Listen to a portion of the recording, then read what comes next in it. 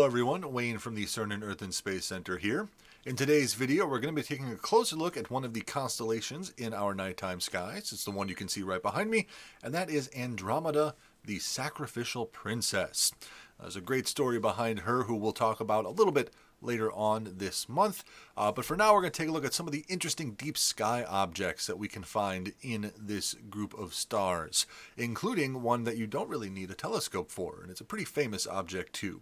So without any further ado, let us jump right into our sky simulator software and take a closer look. So here we are, standing in front of the CERN Earth and Space Center at Triton College in River Grove, Illinois. We have our date set for September the 10th, and our time is set for 9 o'clock at night. So just about an hour and a half, 2 hours after the sun sets. The sky will be nice and dark, and we can find that constellation of Andromeda in the sky. We're facing towards the west right now, which is where our setting summertime constellations will be.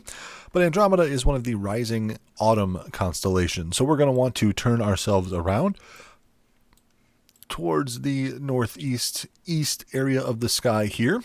Now, Andromeda itself has a couple of bright stars, but it doesn't make a very well-defined shape in the sky. But an easy way to find it is to locate the 4 bright stars of the Great Square of Pegasus, the flying horse, and then the bottom of that horse right there, that star, connects to this shape of Andromeda, who we can see in the sky here. I'll bring up the picture so we can see.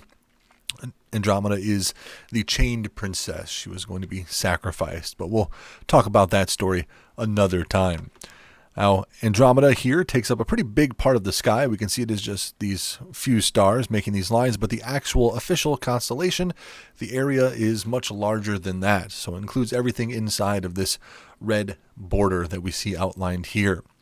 Now, it's kind of hard to see some of this stuff around Chicago because of all of our light pollution, but there is probably the most famous object, deep sky object in our skies.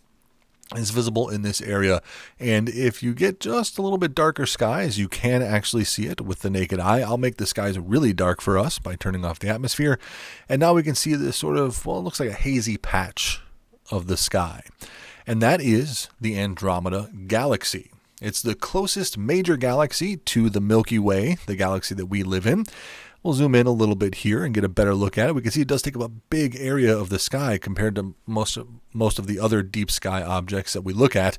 And this galaxy, which is about the size of our Milky Way, containing millions and millions of stars in it, is only about 2.5 million light years away from us. So light from that galaxy, as we see it here, took 2.5 million years to reach us, which sounds like a very long way, and it is. Each one of those single light years is 6 trillion miles, so it is a very, very long way away, but on a cosmic scale, that's actually really close. So it's very large in our skies. And even with just a halfway decent telescope or a good set of binoculars, you can get some really fantastic and amazing views. As we zoom in just a little bit, we can see the swirling clouds of gas and dust and stars around the core of that Andromeda galaxy. And we can also see a few of the other satellite galaxies around it. Let me bring on our deep space object here.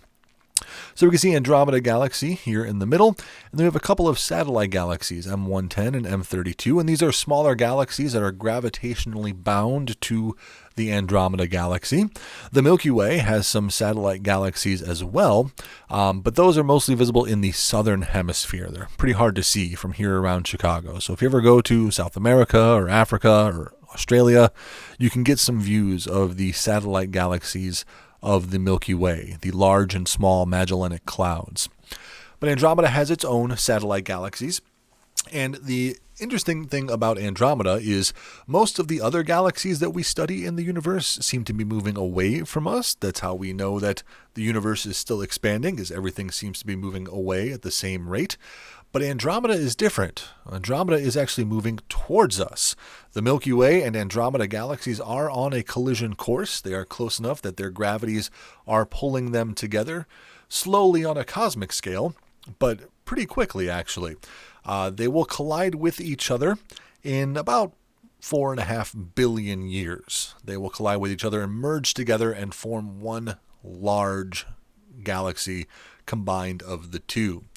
Not only is that very far in the future for us, so we don't really need to worry about it here on Earth, but space is really big, and even the distance between stars within galaxies is very, very large.